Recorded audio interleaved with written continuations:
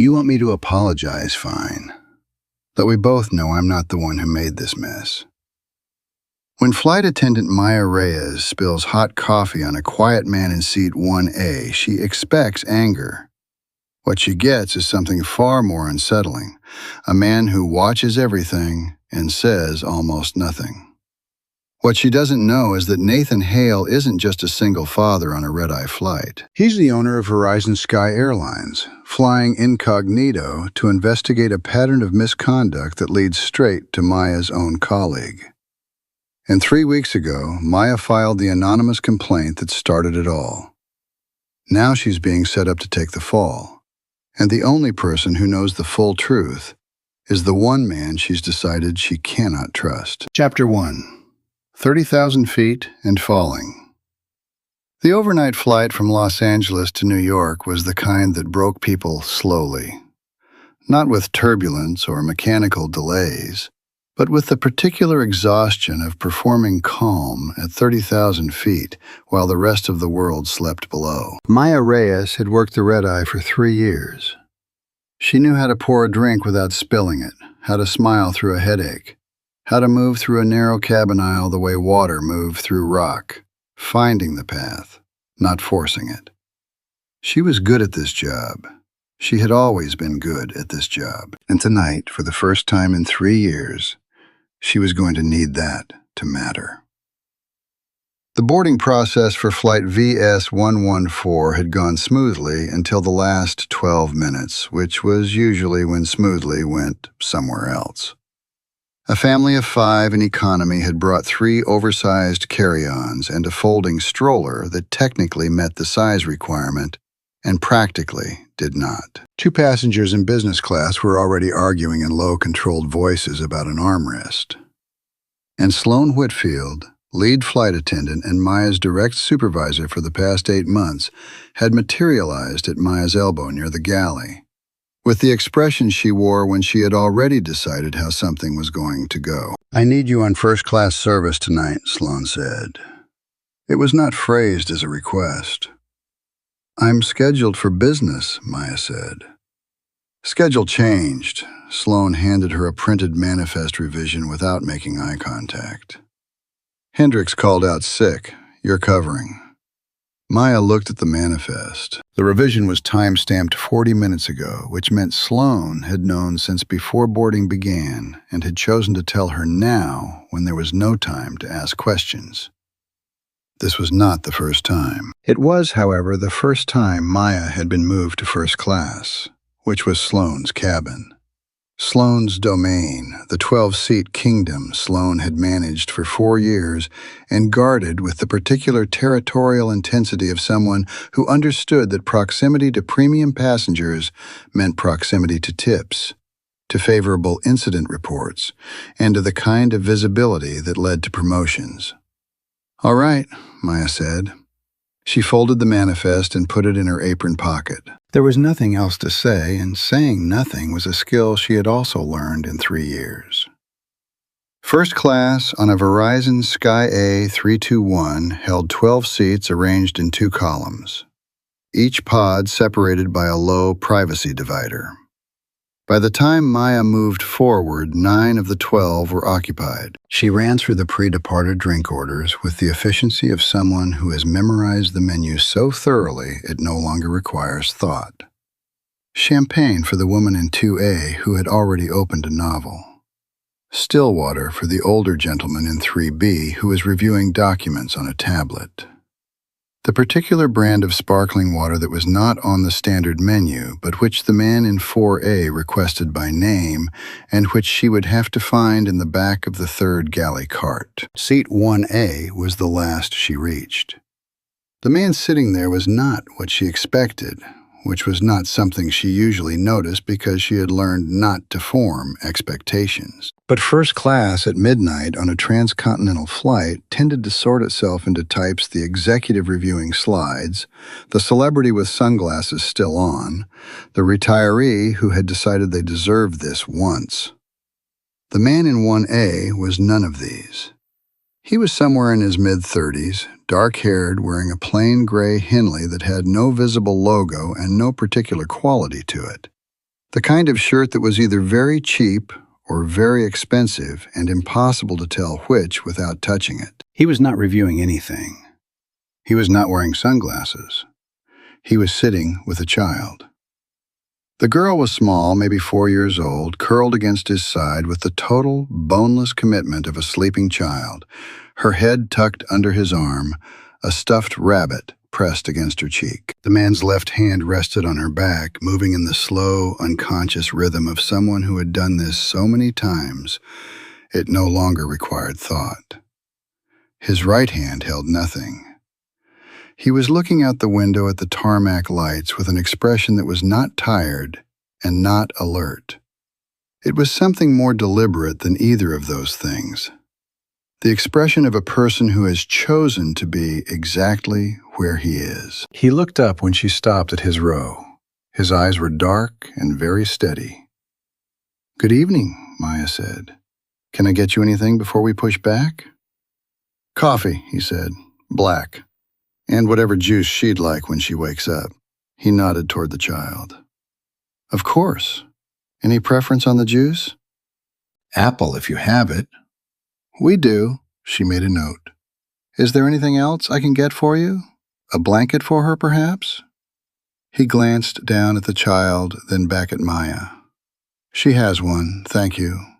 His voice was even, not warm, not unfriendly, simply level, the way a thermostat is level, maintaining a consistent temperature without announcing it. Maya moved on to 1B. The flight pushed back at 11:47, which was 11 minutes late, which was within the range that did not require an announcement. Maya ran first-class service with the kind of quiet efficiency that Sloan usually claimed credit for in post-flight reports. Drinks-delivered headsets distributed the man in 2B who had a shellfish allergy, reminded and noted the woman in 1B who wanted her seat reclined but could not find the button shown where the button was. Standard. Manageable. The cabin settled into its nighttime quiet, and Maya was moving back toward the galley to begin the meal service when the cart happened. She would replay it afterward many times, the way you replay anything that changes the shape of a day.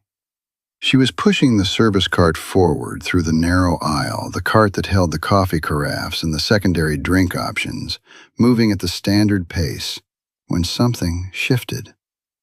Not a bump of turbulence, the flight was smooth. Not a stumble on her part. The cart jerked to the right sharply, as if something had caught the rear left wheel and redirected it, and Maya's hand went out to correct it and caught the edge of the carafe instead of the handle, and the carafe tilted, and the coffee went over. It went over the tray table of seat 1A. It went over the man's right hand and his forearm. Some of it reached the sleeve of the gray Henley. The man made a sound that was not quite a word, a sharp intake of breath, controlled immediately the sound of someone absorbing pain before it can become a reaction.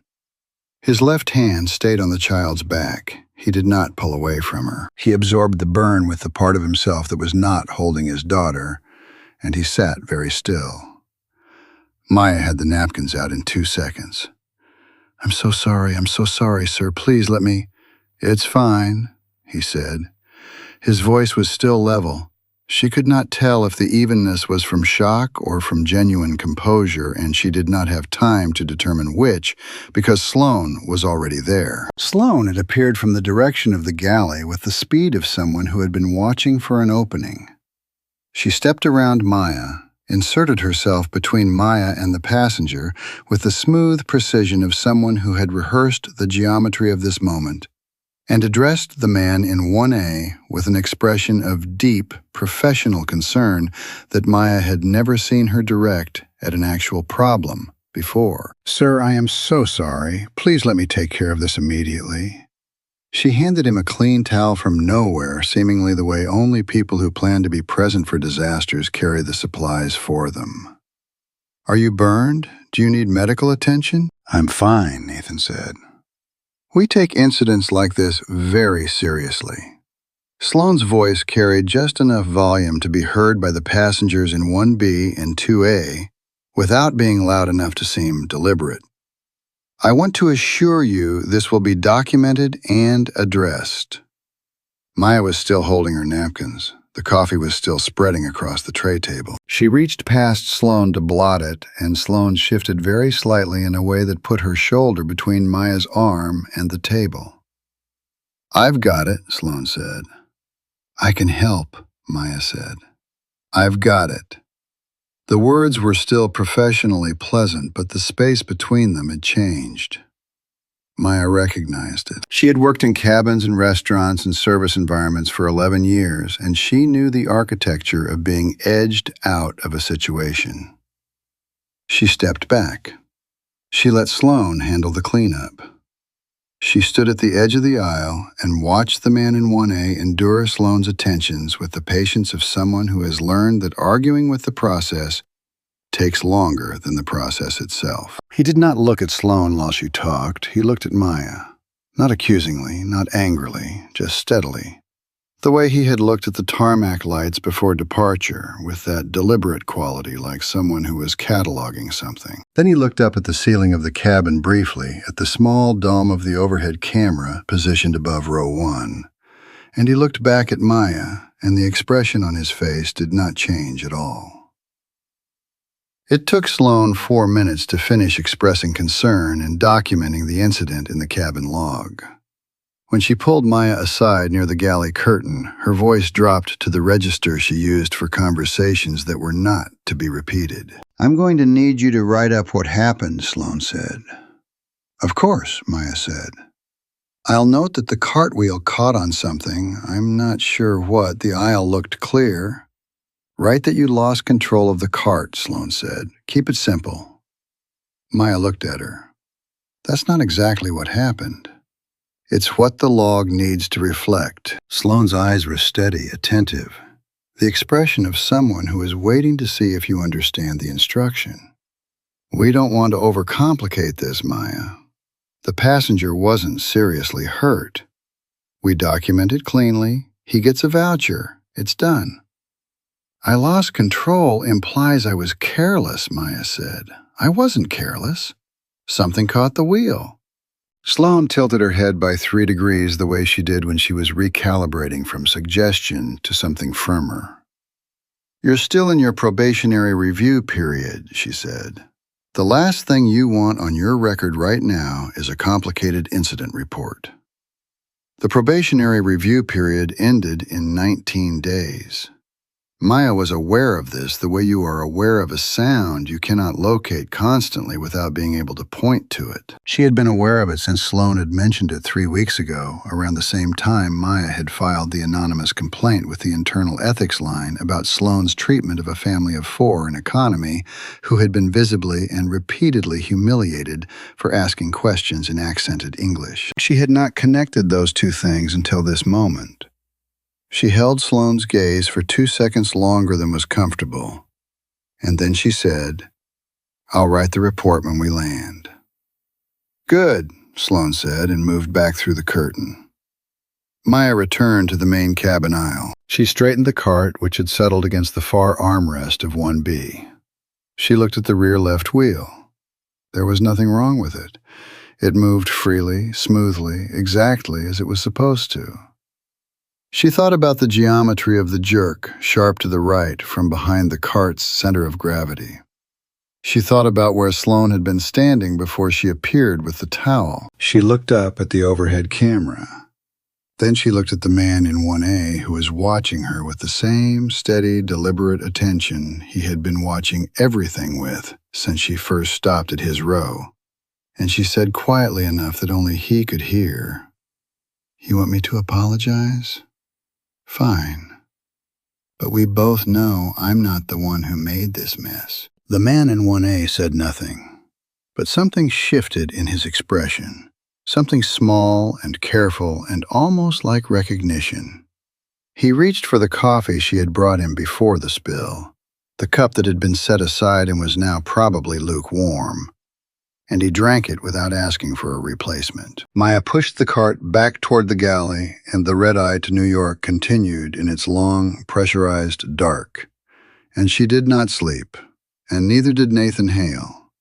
and 30,000 feet below them the country scrolled past in sleeping darkness, unaware that something had started. The child woke up 40 minutes outside of JFK and asked for apple juice in a voice still soft with sleep, and Maya brought it to her without being asked, because she had remembered. And the man in 1A watched her do this with an expression she could not name and did not try to. When they landed at 5:04 in the morning and the cabin lights came up to their full, unforgiving brightness, Maya collected the service items from row 1, and the man in 1A stood to lift his daughter, who had fallen asleep again, onto his shoulder. He paused at the aisle and looked at Maya directly. "The coffee was good," he said. "Before." She blinked. "Thank you." "The wheel," he said and paused. "I noticed." Then he walked off the plane, his daughter's head on his shoulder and the stuffed rabbit hanging from his left hand, and Maya stood in the emptying cabin of Flight VS-114 and did not know what to do with that. She wrote the incident report when she got home at 7:15 in the morning. She did not write that she had lost control of the cart.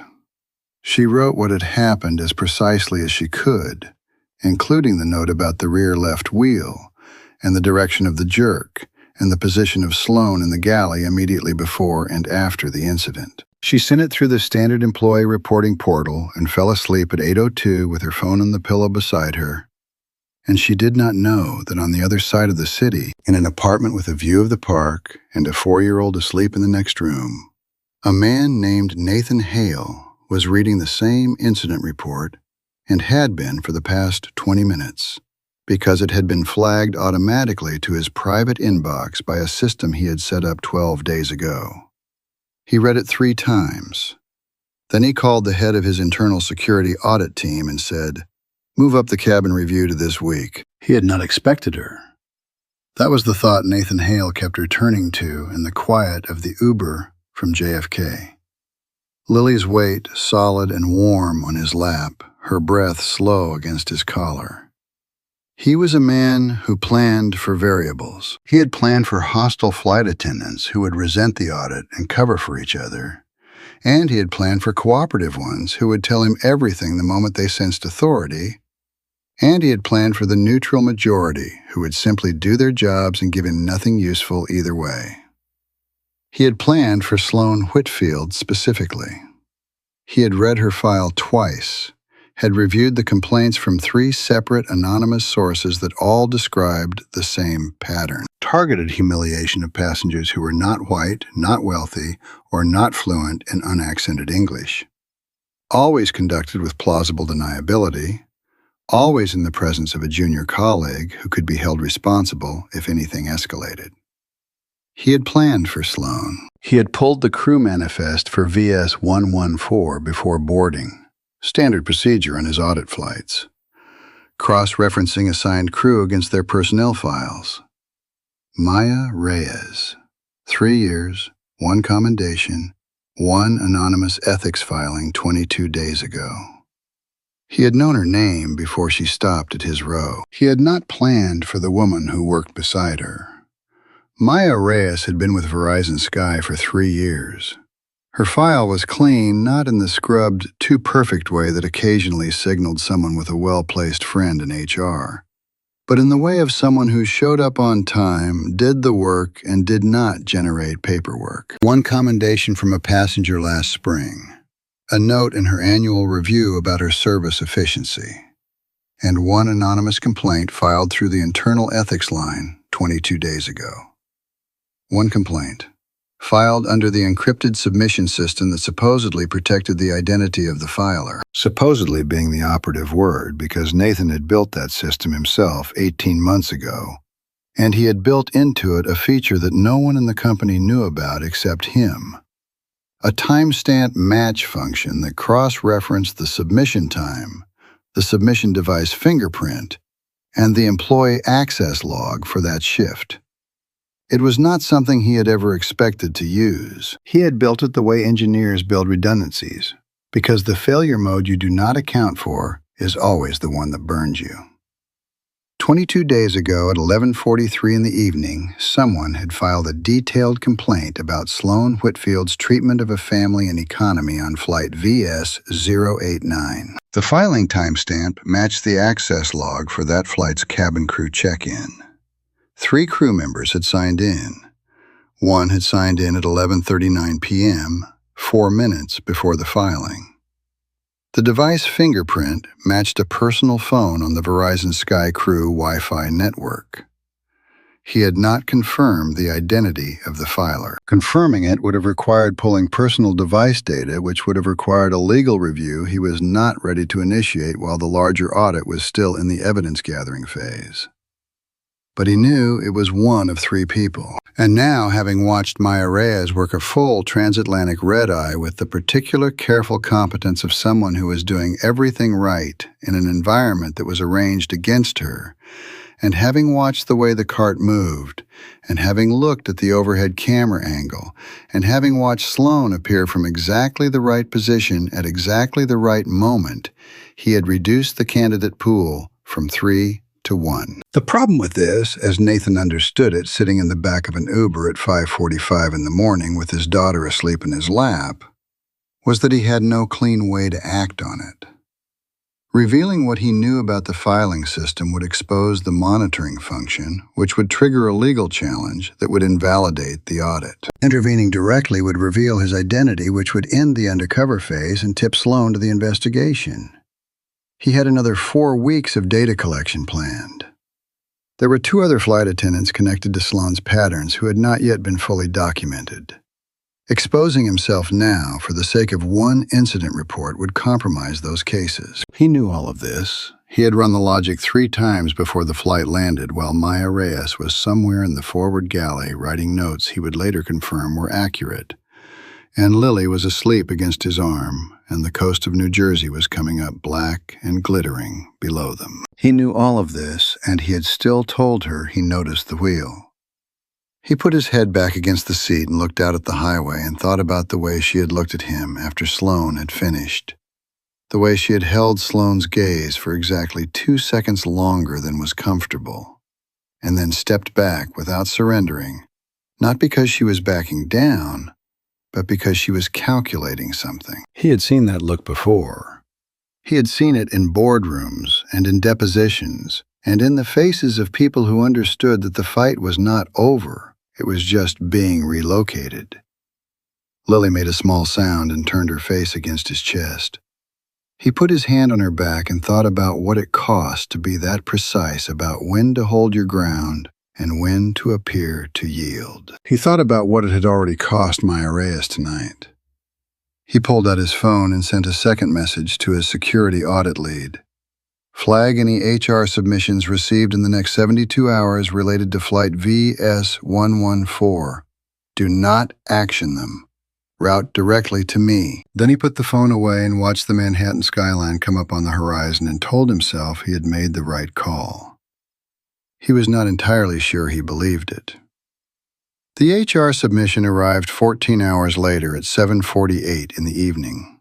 It was not from Maya. It was from Sloan Whitfield, and it was 3 pages long, and it described in precise professional language a pattern of careless behavior, poor judgment under pressure, and what Sloan characterized as an inappropriate attitude toward supervisory feedback. All attributed to one Maya Reyes, who had, on the evening of October the 14th, caused a hot beverage incident affecting a first-class passenger, and then resisted the supervisory guidance offered at the scene. Nathan read it in the kitchen of his apartment while Lily ate dinner at the table behind him, narrating something to her rabbit in the focused, serious tone she used when she was in the middle of a story only she could follow. He read the report twice. Then he opened Maya's submitted incident report in the parallel window and read them side by side. Sloan's version of the cart incident occupied 2 paragraphs. Maya's version occupied 7 sentences. Sloan's was vivid and adjectival. Maya's was precise and sparse. Sloan wrote that Maya had been distracted and had failed to maintain proper control of the service cart. Maya wrote that the cart had experienced an unexpected lateral redirection from the rear left wheel consistent with an external force at approximately the point where the lead flight attendant had been positioned before the incident. External force.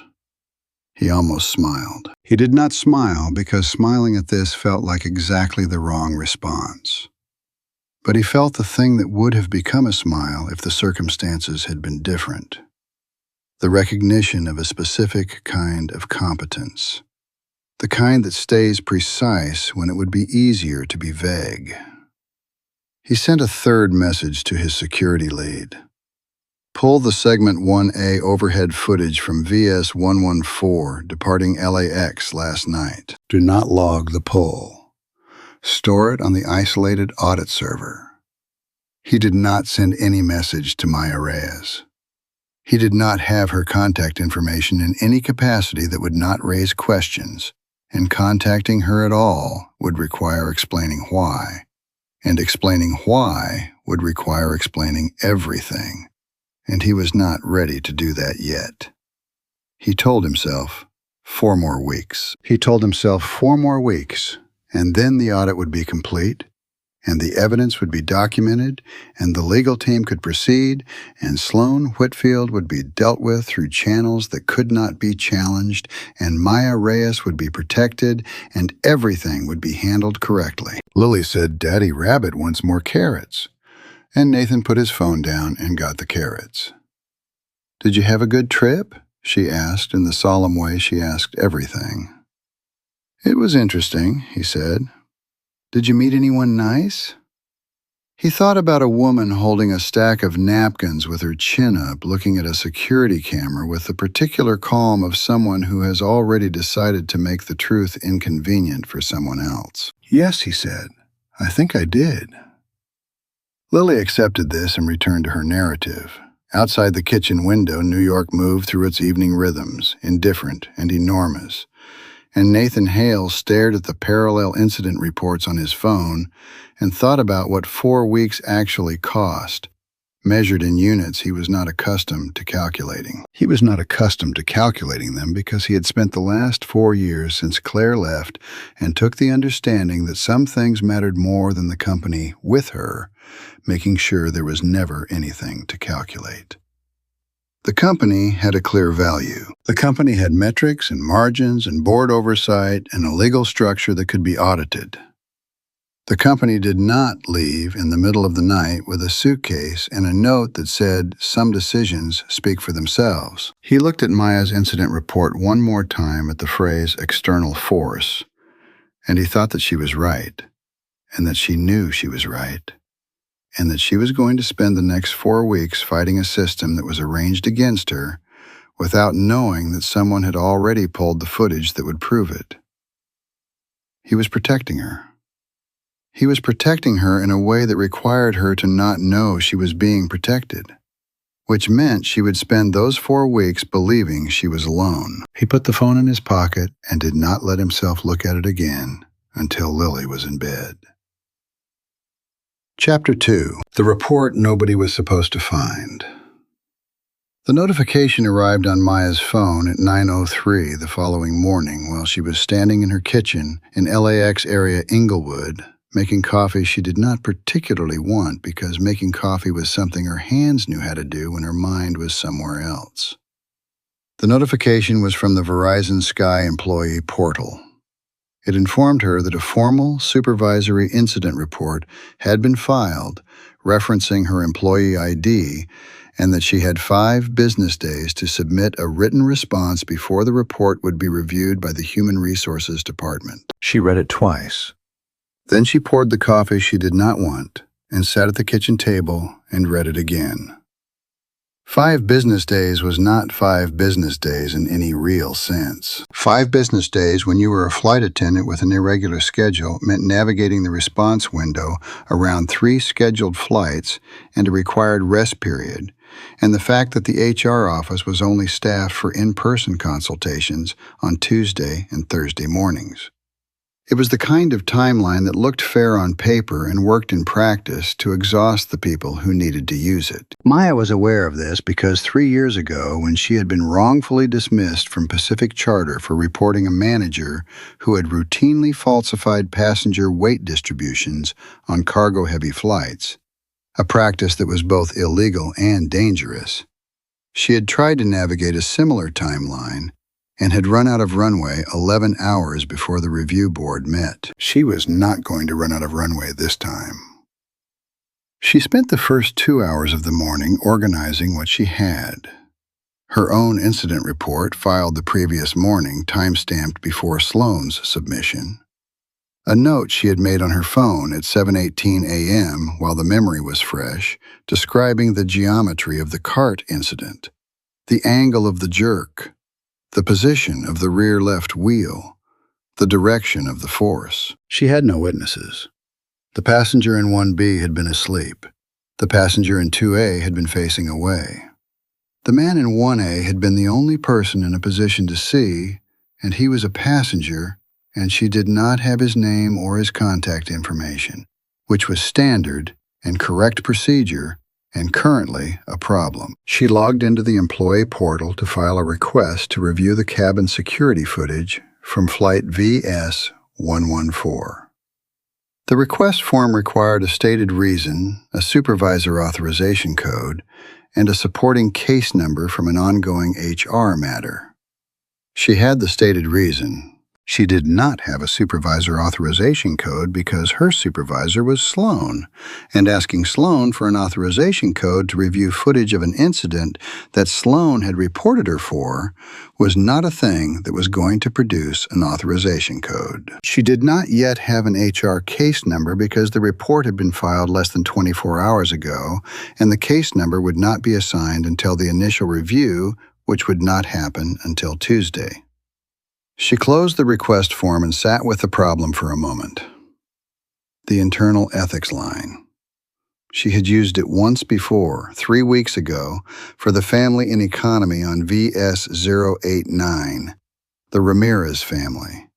4 people who had asked 3 reasonable questions in English that carried a Mexican accent and had been answered by Sloane in the slow, loud, over-enunciated voice that people use when they have decided someone does not deserve to be spoken to normally. Maya had documented it in writing, noting the date, the flight number, the names of the passengers as she had recorded them from the manifest, and the specific language Sloane had used. She had filed the ethics complaint anonymously because the ethics line was supposed to be anonymous and because she was 19 days from the end of her probationary period, and she had understood even then the risk of her name being on something that pointed at her supervisor. She pulled up the ethics line portal now and navigated to the submission confirmation page where anonymous complaints were acknowledged with a generic case reference number. Her complaint had been acknowledged. The status listed was under review, assigned. That was all. No case officer name, no timeline, no indication of what assigned meant in terms of who had it or what they were doing with it. She was sitting with the particular frustration of a system that told you your information had been received without telling you what was being done with it, when her phone rang. It was Danny, her closest friend on the crew, a 10-year Verizon Sky veteran who flew mostly domestic routes and knew more about how the internal politics of the airline worked than anyone who had read a manual. "I heard," Danny said before Maya could say hello. "Word travels fast." Sloane told the entire galley crew at morning briefing that VS-114 had an incident and that it was being reviewed. Danny's voice was careful in the way it got when she was choosing words. "She did not name you. She did not have to." Maya set down her coffee. She told them at briefing, "With about 4 witnesses and the new junior hire who is terrified of her." A pause. "Maya, what actually happened?" Maya told her. She told her cleanly and precisely the way she had told it in her incident report, including the detail about the wheel and Sloane's position and the speed with which Sloane had appeared with a towel. There was a long silence on the other end. "She's done this before," Danny said finally. "The wheel thing? The setup thing." Another pause, longer. 2 years ago, there was a woman named Priya, junior hire, probationary period, cart incident in business class. Priya was gone within a month. I always thought," she stopped. "I don't have proof. I just thought." Maya thought about the ethics line, about the status that said under review, assigned, about the fact that the system was built by someone and assigned by someone, and someone somewhere in the company had received her filing and had decided it warranted being acted on. She thought about who in the company had the authority to initiate that kind of internal review and what it would take to actually act on an anonymous complaint against a 4-year senior employee, and how long something like that would take to surface. "I need to see the camera footage," she said. "You can't," Danny said, "not without an authorization from your supervisor or an open HR case number." "I have an open HR case. I just don't have the number yet." "Then you wait until Tuesday, get the number, and submit the request. By Tuesday, Sloan will have had 4 days to know exactly what I'm doing. By Tuesday, you'll have an actual mechanism." Danny's voice softened.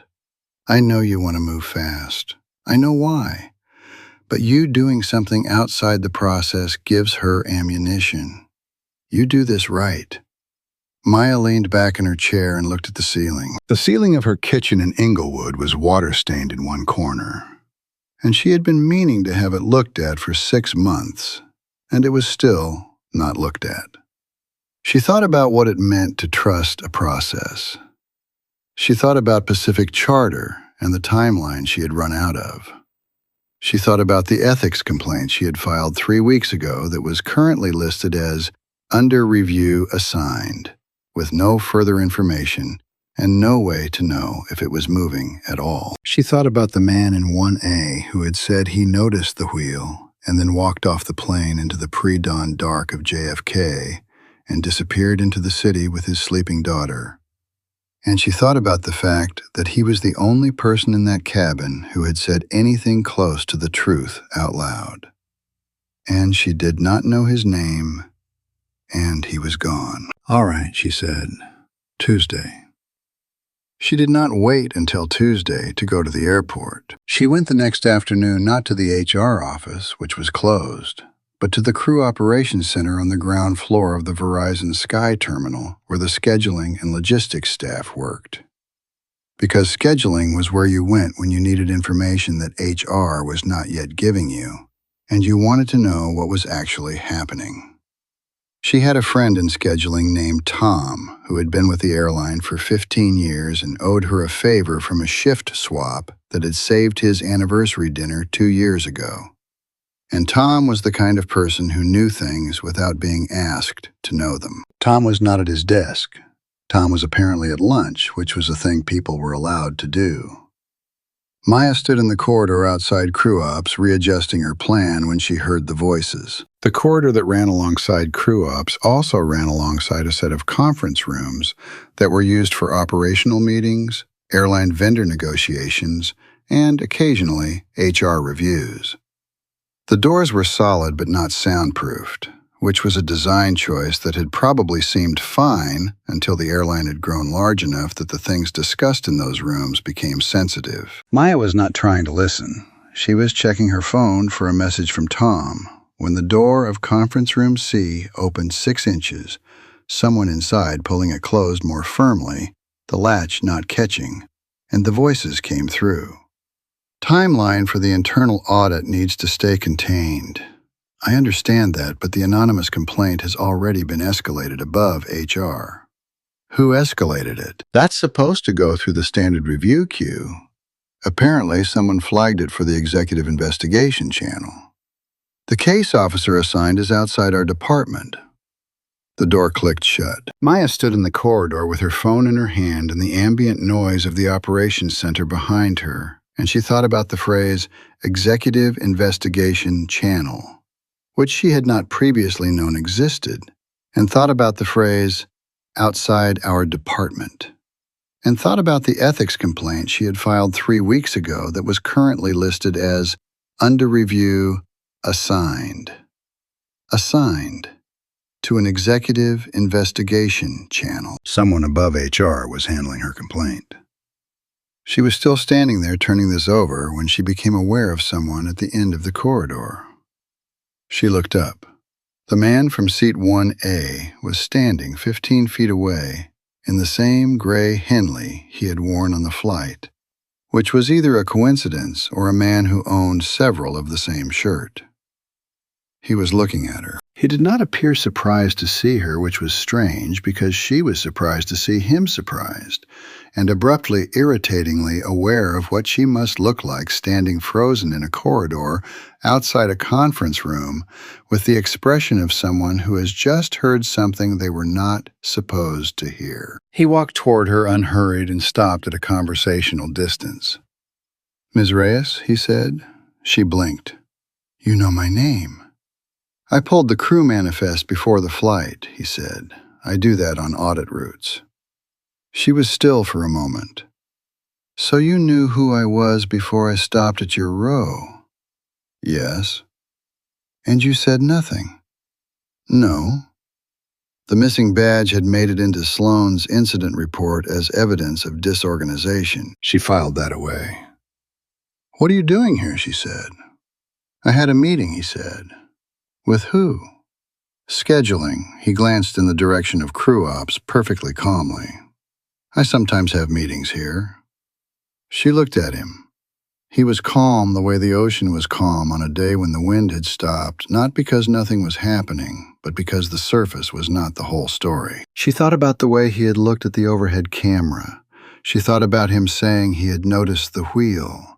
She thought about the particular absence of surprise on his face when he walked around the corner and found her in this corridor, outside this conference room, at this exact time. "You know what's happening," she said. Not a question. "I know you're in a difficult position," he said carefully. "That's not what I said." Something shifted in his face. It was subtle, a slight tightening around the jaw. A fractional adjustment, the expression of someone who has been precise and been seen being precise. He looked at her for a moment without saying anything. "I can't talk to you about this," he said finally. "Not here. Not right now." "Can't or won't?" "There's a difference," he said. "I want you to know there's a difference." She held his gaze. He held hers. The corridor was quiet around them, the distant sounds of crew ops operations, a white noise that made the space between them feel oddly private. "You know something," she said, "something that would help me?" "Yes," he said, simply, directly, without apology. "And you're not going to tell me?" "Not right now." "Why?" He looked at her for a long moment, and his expression was...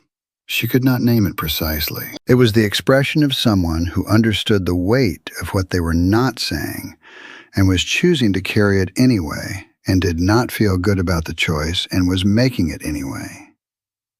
"Trust the process," he said. Maya felt something cold and sharp move through her chest.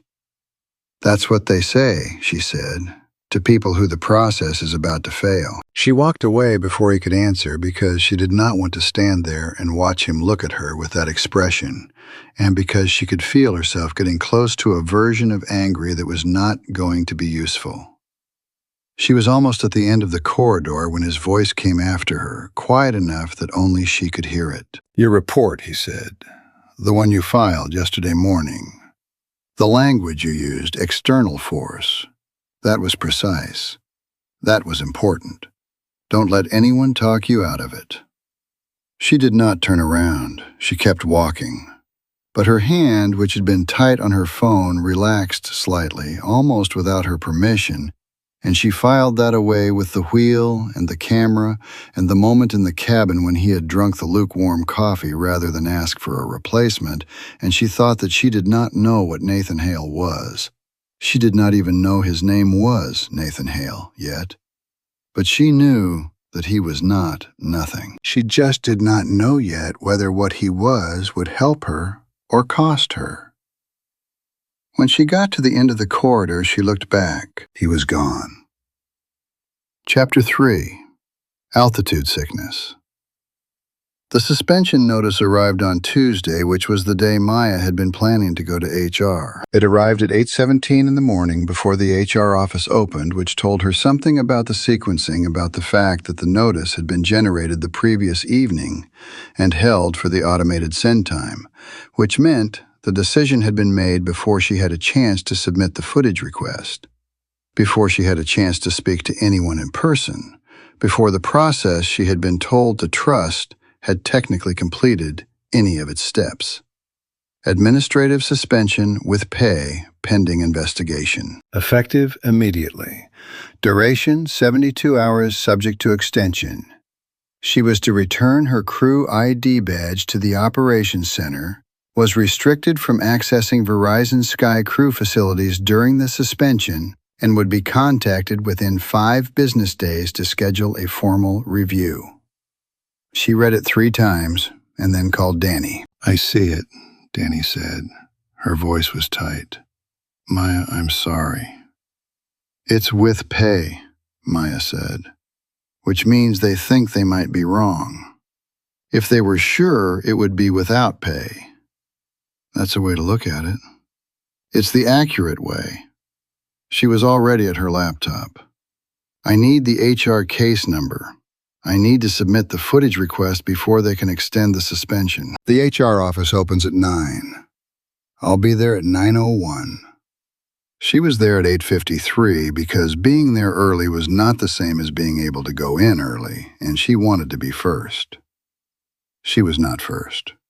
There was a woman already waiting who was there about a scheduling dispute, and a man who looked like a union rep and who gave Maya a look that suggested he recognized her situation by its general shape, even without knowing her specifically. When the office opened, Maya was second in line. She spoke to an HR coordinator named Patrick, who was professional and not unkind, and who located her case file in under 2 minutes, and who informed her that yes, a case number had been assigned, and yes, she could submit a footage review request using that case number, and who then paused in a way that made her pay attention. "The footage for that flight," he said, "has already been flagged as part of an ongoing internal process." "What does that mean?" she said. "It means it's currently in use by another department's review and access is restricted."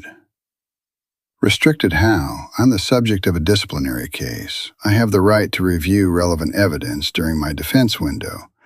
That's in the Employee Handbook, Section 14, Paragraph 3. Patrick blinked. He had not expected her to know the section and paragraph. She had spent Sunday night reading the Employee Handbook in the way she read everything when she was frightened, completely carefully with a pen. "You're correct," he said after a brief delay. "You do have the right to request evidence review. But the footage is currently flagged under a separate process, which means what, specifically?" He looked at his screen. "It means access has to be approved by the department overseeing the other process." He paused again. "Which is not HR." "Which department?" He hesitated. "I'm not able to tell you that." Maya looked at him for a moment. Then she said, "I'd like to submit the formal evidence review request anyway, in writing, with a timestamp." He printed the form. She filled it in standing at the counter and dated it and signed it and kept a photo of it on her phone before she handed it back. She left the HR office at 9:22 and stood in the hallway of the administration building and thought about what it meant that the footage was in use by a department she was not allowed to identify, and thought about the phrase executive investigation channel she had heard through the conference room door, and thought about the man who had appeared in the corridor and told her to trust the process, and then told her that her language external force was precise and important. He knew about the footage. He had to. He had looked at the camera on the flight. He had been in the building 2 days later. He knew something about the investigation, not just the incident. The investigation. She needed to know who he was. She went back to crew operations and found Tom, who was at his desk this time, and she did not ask him anything she was not entitled to ask. She was entitled, as a crew member involved in an active HR case, to review the passenger manifest for her flight in the context of her formal response. She asked Tom to pull the manifest for VS 114, and Tom, who owed her a favor, and who could see she was holding herself together with something that was not quite confidence and not quite calm, but was something functional, pulled it up. Seat 1A. She looked at the name. Nathan H. The last name field showed only an initial. The booking was through a corporate account. The account code was internal. She recognized the prefix because she had once helped a corporate account passenger navigate a rebooking issue and had to look up the prefix format. The prefix she was looking at now was not a standard corporate partner prefix. It was an internal Verizon Sky prefix, the kind of prefix used when an employee or an airline-affiliated account booked a flight. Seat 1A, Flight V, S114, Nathan H. Internal account. She sat with this information in Tom's chair for approximately 4 seconds, and then she stood up and thanked Tom and walked out of crew operations and into the corridor, and she thought, he works for the airline. And then 3 steps later, because she was good at following logic when the logic was moving fast, or he owns it. She stopped walking. She thought about the gray Henley that had no visible logo. She thought about his specific lack of surprise about everything. She thought about the meeting and scheduling that he had mentioned and the way he had said it. I sometimes have meetings here with the particular ease of someone for whom being in a place is so normal that explaining why requires no specificity. She thought about the ethics complaint she had filed through the anonymous channel that had been escalated to something called an executive investigation channel. She thought about the footage that had been pulled by a department she was not allowed to identify. She thought about a man who had drunk lukewarm coffee without complaint, who had ridden in a standard window seat rather than in the private suites the airline had installed in its 2 flagship 777s, who had looked at a security camera with the focused attention of someone who knew what was stored on the other end of it. There were exactly 3 people in the company with the authority to initiate an executive investigation, pull security footage outside the standard chain, and create a channel that routed anonymous ethics complaints above HR. She had read enough of the company structure during her employment paperwork to know the org chart at least roughly, and she had read it again Sunday night along with the handbook. 3 people: the general counsel, the chief of internal affairs, and the owner. The general counsel was a woman named Harriet Voss, who was 62 years old, and whose photo on the company website showed silver hair and a face that was not Nathan's face. The chief of internal affairs was a man named David Park, who was Korean-American and also not Nathan's face. The owner of Verizon Sky Airlines was listed on the company's public investor page as Nathan R. Hale, and his photo was a small professional headshot taken at what looked like an industry conference, and it was absolutely Nathan's face. Maya sat down on the bench in the main terminal corridor and looked at the investor page photo for a very long time. He had been sitting in seat 1A in a gray Henley, drinking coffee, watching everything, saying nothing. She thought about every interaction she had with him since the flight. The corridor outside conference room C. The careful way he had spoken to her. Can't, not, won't. There is a difference. The way he had looked when she told him that trust the process was something people said to those the process was about to fail. The fractional tightening around his jaw. The fact that he had told her anyway, your language was precise, that was important. He knew. He had known the entire time. He was conducting some kind of internal investigation, and she was either caught in the middle of it or she was the thing the investigation was about. And he had said almost nothing useful to her because… why? Because revealing himself would compromise the investigation. Because he was that controlled. Because he had sat in seat 1A and watched Sloane set her up and decided the investigation was more important than the person being set up. She felt something tighten in her chest that was not grief and was not quite anger, but was a close relative of both the feeling of having given trust to a process and discovering that the process had a face, and the face had chosen something over her. She went home. She did not call Danny. She sat at her kitchen table with the water-stained ceiling and her incident report and her photo of the evidence request form and the investor page photo of Nathan Hale on her phone, and she thought through what she knew and what she needed and what she could do within the next 72 hours before her suspension expired or was extended. She had her own report. A time-stamped evidence request. The knowledge that someone with executive authority was already investigating something that connected to Sloane. The knowledge that the footage existed and had been pulled by someone who knew what it showed. She needed the footage. Or someone who had seen it. Or a mechanism to get it before the review board met. She pulled up the employee handbook again.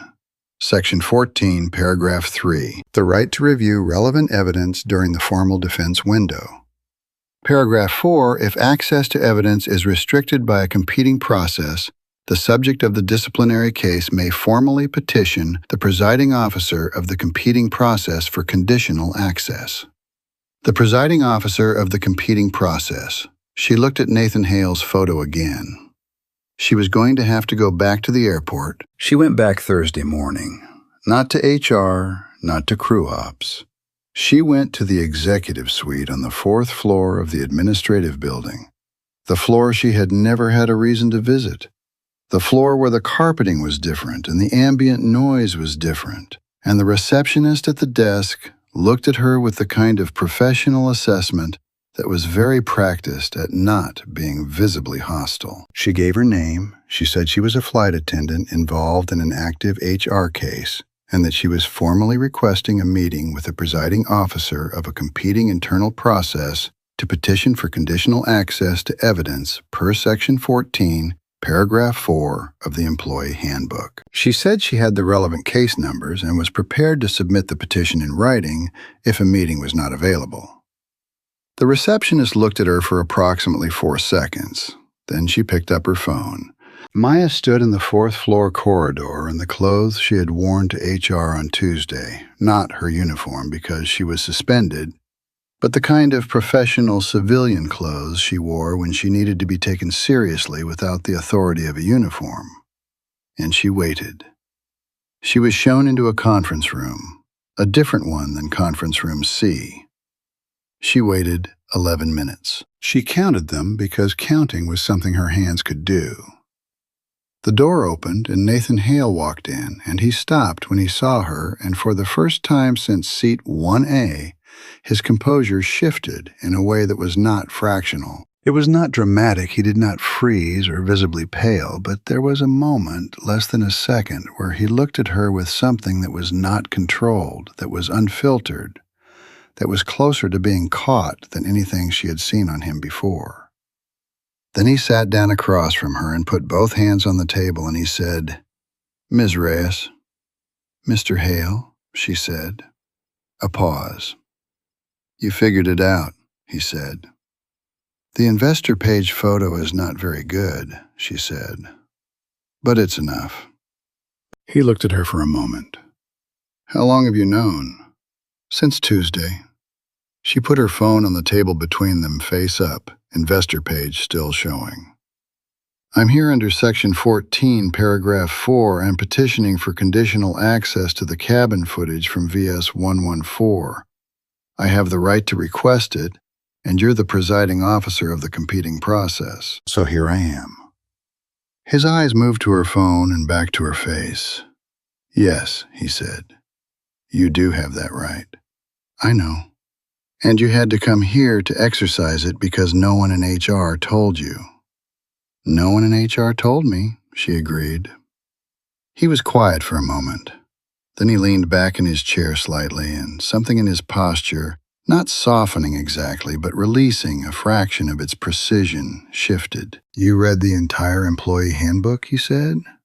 It was not a question. Twice, she said, Sunday and Monday. Something crossed his face that she still couldn't quite name. Maya, he said. It was the first time he had used her first name. She felt it land, registered it, filed it away. I need to see that footage, she said. I have 72 hours before my suspension can be extended. If it's extended, it goes on my permanent record, regardless of outcome. I have 17 days until my probationary review. I need the footage. I know, he said. Then let me see it. He looked at her steadily. If I give you access to the footage now, before the audit is complete, it will signal to Sloan that her actions have been reviewed. She will move to cover the other evidence. There are other cases, other people she's done this to. I know, Maya said, but right now I am the case in front of you, and I need the footage, and I have the right to it. Silence.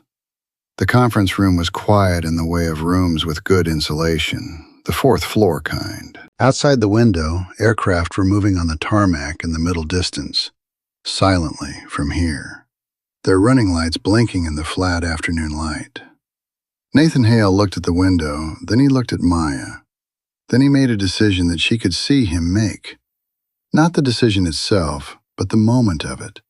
The way his expression moved through something and came out the other side different. I'll have the footage available for formal review at the disciplinary hearing, he said. I'll push the hearing to Friday, which gives you 3 more days and me enough time to... He stopped, started again. I'll make it work within your window. That's not the same as letting me see it now. No, he said. But it means it will be there when it counts, and I will be there to confirm its authenticity, and Sloan will not have had time to prepare for it. Maya looked at him.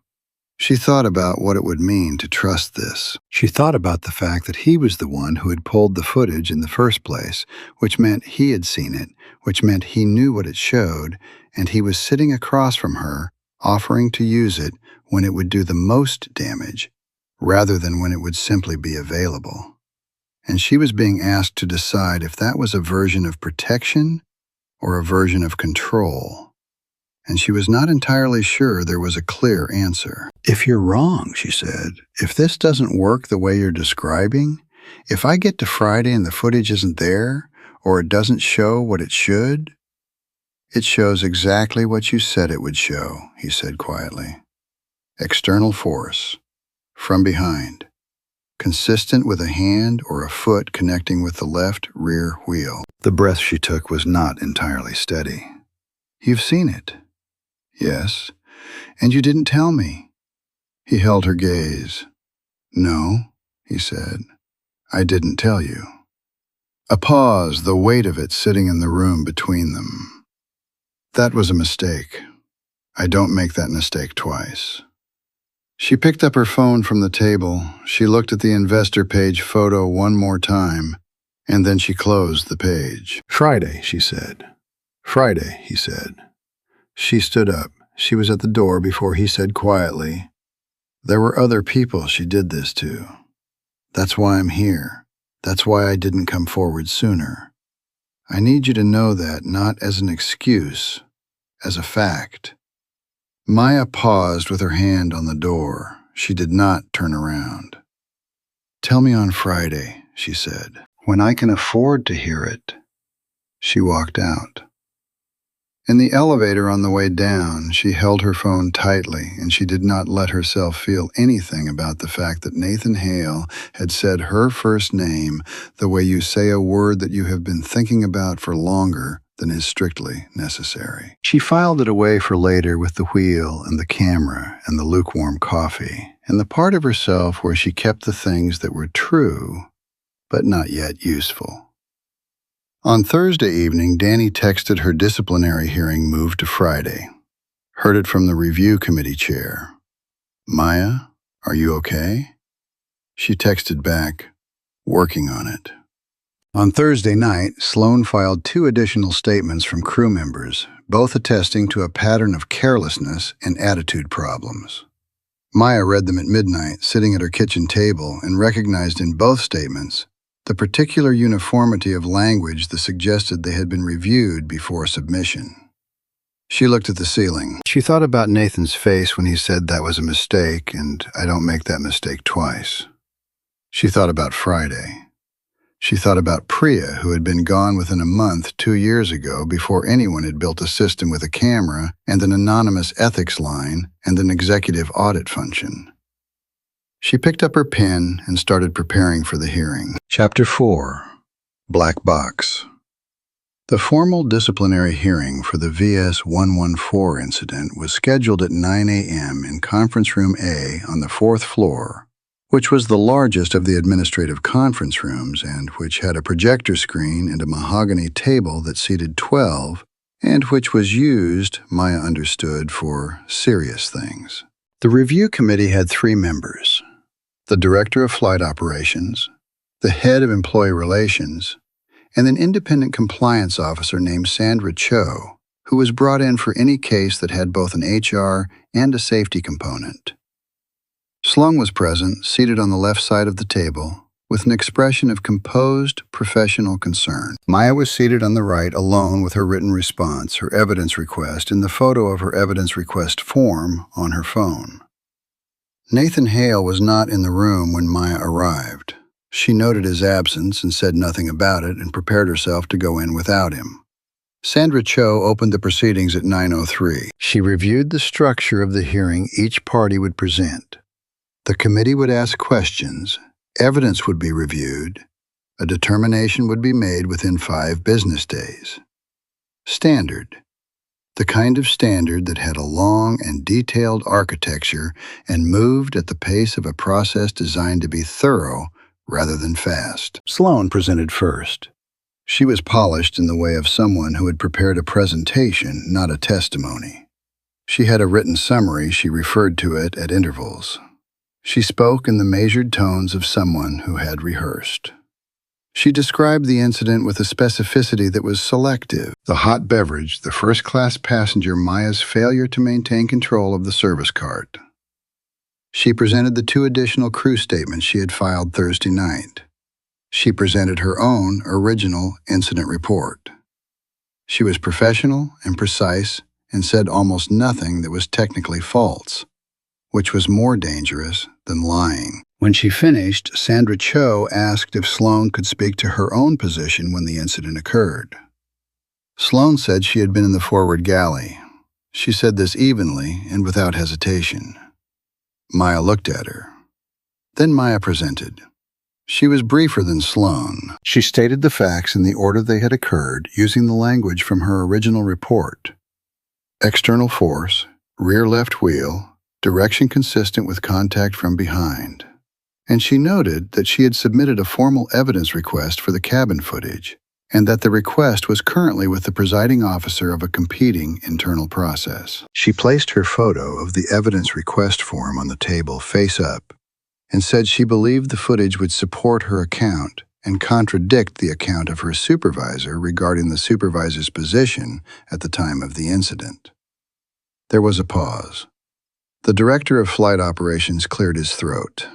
"The footage," he said carefully, "has been flagged as part of a separate internal process. It may not be—" The door opened. Nathan Hale walked in and the room changed. It changed not because he was loud or dramatic. He was neither of those things. He was precisely as composed as he always was, which was the thing about him that Maya was beginning to understand was not an affect, but a genuine quality, a kind of structural calm that did not require the room to be calm in order to persist. He walked to the head of the table, which was not a seat assigned to any party, and he set down a laptop and a folder, and he said, "I apologize for the delay. I was waiting for the final segment rendering." He looked at Sandra Cho. I'm Nathan Hale. I'm the owner of this airline and the presiding officer of the competing internal process that's been referenced. I have the footage. I'm granting conditional access for this hearing under the petitioner's rights in Section 14, Paragraph 4. The silence that followed was the specific silence of a room recalibrating. Sloane's expression did not change. Maya watched her not change it and noted the amount of effort that required.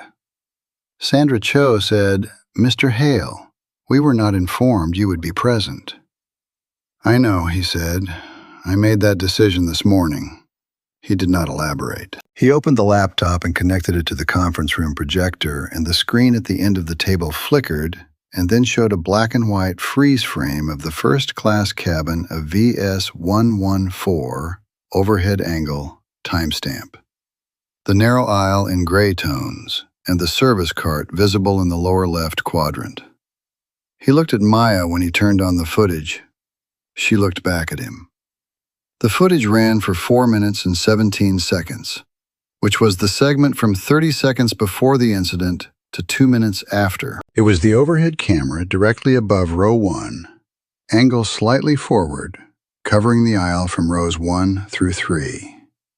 The resolution was good, not broadcast quality, but good enough. Good enough to see the cart. Good enough to see Maya's hands on the cart handle, steady, moving at standard service pace. Good enough to see in the lower left corner of the frame a figure moving in the galley-adjacent space. A figure who took 2 steps into the aisle behind the cart and whose right foot, in a movement that lasted less than a second, made contact with the rear left wheel of the cart from the left side, redirecting it sharply to the right. The figure's face was not fully visible at this angle, but the figure was wearing a Verizon Skycrew uniform, and the figure's hair pulled back. The particular shade and volume of it was visible. And the position, the timing, the 2 steps into the aisle at the exact moment Maya's cart reached row 1 was visible. Maya watched it once.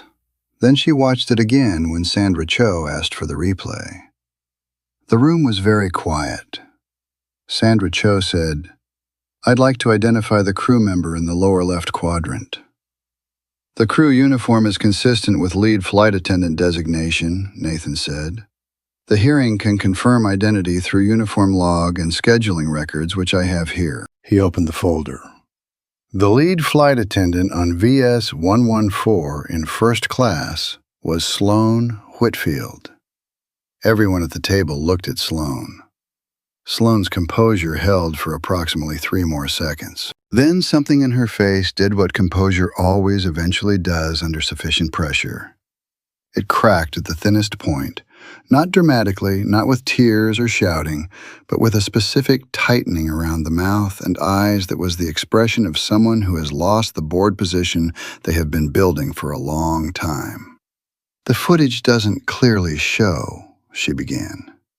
"The footage clearly shows the left rear wheel of the service cart receiving contact from a figure in the aisle," Sandra Cho said evenly. "From the direction of the forward galley, at the precise timestamp corresponding to the incident in the original report." She looked at Sloane. "Ms. Whitfield, is that your position in the footage?" "I was in the galley at the time of the incident," Sloane said. "The galley is adjacent to the aisle," Sandra Cho said, "and the footage shows a figure who moved into the aisle." "I want my union representative," Sloane said. It was not a denial. Everyone at the table understood that it was not a denial. The director of flight operations had the expression of a man who has become aware that the next 48 hours are going to be significantly more complicated than he had anticipated his Friday being. The head of employee relations was writing something rapidly on a notepad. "We'll recess," Sandra Cho said. "Mr. Hale, there's additional context the committee needs," Nathan said. "I need 5 minutes." He looked at the director of flight operations. "Please." After a moment, the director nodded. Sandra Cho suspended the hearing formally. Sloane was escorted to a separate room by the head of employee relations. The door closed. The room was left with Nathan, Maya, Sandra Cho, and the director of flight operations. The footage was pulled as part of a broader internal audit, Nathan said. He was standing at the head of the table and Maya was still in her chair, and she was aware that she had not moved since the footage started. I've been conducting an undercover operational review of first-class cabin service conduct for the past 6 weeks. I fly certain routes anonymously to assess service quality and document patterns that are difficult to capture through standard supervisory review. He paused. I am also currently investigating 14 months of complaints against Sloan Whitfield related to conduct toward passengers from non-majority demographic groups. Those complaints were filed through the anonymous ethics line. I have documented evidence of 11 incidents. Sandra Cho looked at him steadily. And the anonymous complaint that triggered the executive-level escalation was filed 22 days ago, Nathan said, by a crew member on flight VS-089 who observed and reported the conduct that is part of the broader pattern. He paused.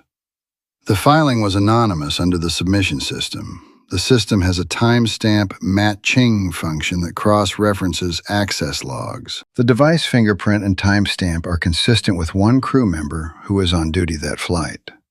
He looked at Maya. Ms. Reyes filed the complaint. Maya had suspected this. She had suspected it since Tuesday, since the moment in crew ops when she had been going through the logic and had landed on it without being able to confirm it. Hearing it said aloud in this room, in this voice, was different from suspecting it. It settled into her chest and sat there with a weight that was not entirely comfortable. The weight of being seen, fully, specifically seen, by someone who had been choosing for weeks how much of that to acknowledge. She filed the complaint, Nathan said, that is currently the centerpiece of this audit. And in the 3 weeks since filing, she has been the subject of a coordinated effort by the person she reported to discredit her and remove her from the airline. The incident on VS-114 was not accidental. The footage confirms it was deliberate. He put both hands on the table. I should have moved faster. I was prioritizing the larger audit over the individual case in front of me. That was wrong. I'm correcting it now. The director of flight operations looked at the footage still frozen on the projector screen. He looked at Maya. He looked at Nathan. What are you recommending? He said.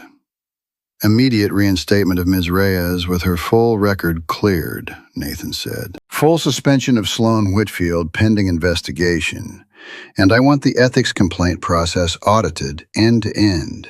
There's at least one case where the submission was delayed in the standard queue, which allowed the person being reported time to prepare a counter-filing. That has to be fixed. He paused. That last part was actually in the original complaint. Ms. Reyes asked for it specifically. Sandra Cho looked at Maya for the first time directly. You included a process reform recommendation in your ethics complaint. Yes, Maya said. The anonymous submission system has a gap between filing and action that creates a retaliation window. I laid it out in Section 3 of the complaint. I thought it was worth noting. Something in Sandra Cho's expression, precisely professional, carefully neutral, moved fractionally towards something that was not quite a smile, but was adjacent to one. I see, she said. The room was quiet for a moment. Then the director of flight operations said, "Let me call the board." The board did not take the news well. The board, specifically the 3 non-executive members who constituted the majority of the Verizon Sky Governance Committee, responded to the news of a major internal scandal, an undercover CEO audit, and a formal legal exposure for the airline's conduct toward passengers of color by doing what boards sometimes do, which was to locate the version of damage control that protected the institution rather than the people who had been harmed by it. Within 40 minutes of the director's call, 2 board members were on speakerphone in conference room A, informing Nathan in careful language that they felt the appropriate response to the VS-114 incident was a quiet resolution, a settlement with the affected parties, an NDA, and a phased internal review that would not generate media attention. We are not in a position to absorb a scandal of this scale, the board member named Reynolds said, in the measured tones of a man who used the word absorb when he meant ignore. The optics of a senior employee engaging in this conduct are damaging, but the optics of an internal cover-up— We're not covering anything up, Nathan said. No one is suggesting. You're suggesting a quiet resolution with affected parties which requires the affected parties to sign NDAs, which means they agree not to discuss what was done to them, which is a cover-up. A pause. Mr. Hale, with respect, the board can move to override my operational decisions with a 2/3 vote, Nathan said, under Article 7 of our corporate charter. You have 3 of 5 members on this call. You have a majority. He paused. Vote. Another pause. Longer. We're not voting to override, Reynolds said. We're asking for a measured— Then I'm reinstating Ms. Reyes immediately, suspending Ms. Whitfield pending full investigation, and issuing a corrective action notice to the Ethics Review Department. Nathan looked at Maya across the table. And I'm going to need the board to understand that this airline's internal ethics system failed a crew member who used it exactly as it was intended to be used. That failure is going to be documented, corrected, and publicly acknowledged. The only question is whether we do that proactively or reactively. A very long pause. We'll need to discuss this further, Reynolds said. I know, Nathan said. We'll talk Monday. He ended the call. The room was quiet again. Outside the window, the tarmac was bright with mid-morning light aircraft moving in their slow, patient choreography. Maya was looking at Nathan. He was still standing at the head of the table, both hands flat on the mahogany, and his composure was intact, but something beneath it was different. Not cracked, not broken, but present in a way that had not been there in the cabin of VS-114.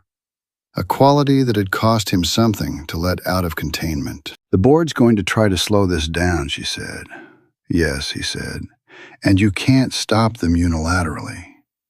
Not immediately. He looked at her directly. But the footage is on record in this hearing under the case number. It can't be pulled without leaving a trace, and any attempt to alter it goes through Sandra Cho's office. He paused. And it goes through me. Sandra Cho was making notes. The director of flight operations had left to make phone calls. It was for a moment just the two of them and the footage frozen on the screen, and the weight of a morning that had moved faster than mornings usually move. You said I was right about the wheel, Maya said. In the corridor. You told me my language was important. You knew then what the footage showed. Yes, he said. And you still didn't tell me the rest. He held her gaze. No. Because of the audit? Yes. Is that the only reason? He was quiet for a moment, the kind of quiet that was not evasion, but was actually thinking, actually considering rather than selecting the correct answer. She noticed this. She filed it. It was the principal reason, he said. It was not the only thing. He paused. The other thing is that I'm not accustomed to explaining my decisions. I make them and I implement them, and I expect them to hold up under review. That works for operational decisions. It's a worse approach with people. Another pause. My ex-wife told me the same thing in considerably more final terms about 3 years ago. Maya looked at him. He said this without self-pity, without bid for sympathy. Stated it the way he stated everything, as a fact he had weighed and was presenting accurately. Is your daughter with you today, she said. He blinked slightly, the question not what he had expected. She's with her grandmother. Does she know you were on a flight where someone spilled coffee on you? She knows. She asked if the lady who spilled it was nice. A fractional pause. I said yes. Maya felt something in her chest move, careful and reluctant, and not entirely advisable. She stood up. She gathered her papers. She looked at the frozen footage on the screen one more time. The gray-toned aisle, the cart, the figure with her foot at the wheel. And then she looked at Nathan Hale. "Monday," she said, "when you talk to the board." "Yes, I want to know how it goes." "All right," he said. She was almost at the door when the board member on the phone called back. Nathan's phone buzzed on the table and he looked at it and then looked at her, and she saw the moment he decided. "I'll call you later," he said to his phone screen, meaning she understood not to Reynolds, but to her. He would call her later, not because he had to, because he was choosing to. She nodded and walked out, and behind her the board was calling back and the hearing was technically still adjourned, and Sloan was somewhere in this building with her union rep, and the footage was frozen on the screen, and the morning had cracked something open that was not going to close back into the shape it had been, and she did not know yet whether that was relief or the beginning of something else entirely. Chapter 5. Above the clouds, the sky is always clear. Sloan Whitfield did not go quietly. Maya should have known she wouldn't, not because Sloan was reckless, but because Sloan was tactical. And tactical people do not concede the board until every piece has been played. Maya learned this on Monday, 4 days after the hearing, when she arrived at the Verizon Sky Administrative Building for what was supposed to be a brief meeting with HR to process her formal reinstatement paperwork, and found Sloan in the 4th floor corridor with her union rep and a woman in a dark blazer who had the particular posture of a civil litigator.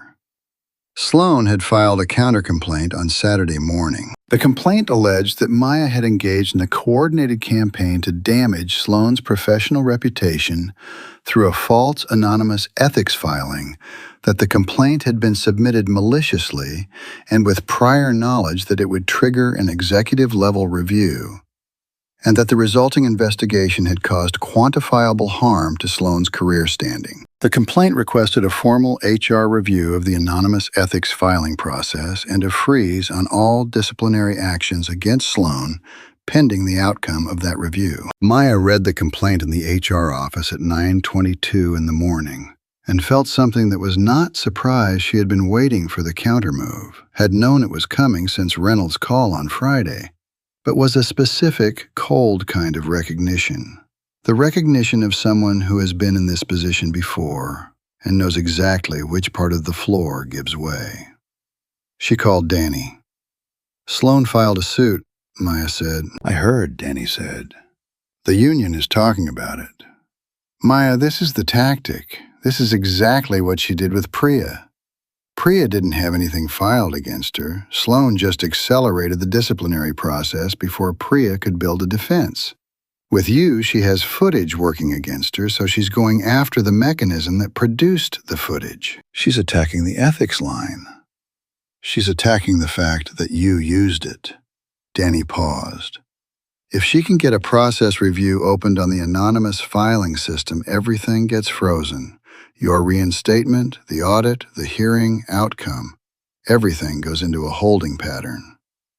Maya looked out the HR office window at the tarmac. An aircraft was pushing back from Gate 17, its running lights on in the gray morning. She watched it for a moment. "Danny," she said, "do you remember the name of that journalist you mentioned once? The one who covers aviation labor for the trade press?" A pause. "Rachel Kim. She's at Aviation Weekly. Does she do passenger experience stories?" "She does passenger rights, labor practices, airline conduct." Another pause, longer this time. "Maya, what are you thinking?"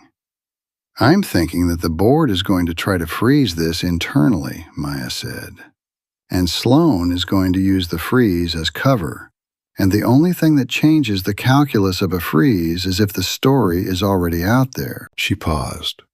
"I'm not going to leak documents. I'm not going to violate anything protected. I'm going to tell my own story, which is a thing I'm allowed to do." "They might fire you for it." They're trying to freeze my reinstatement while they work out whether they can get away with keeping me suspended, Maya said. There's not a lot of difference. A long silence.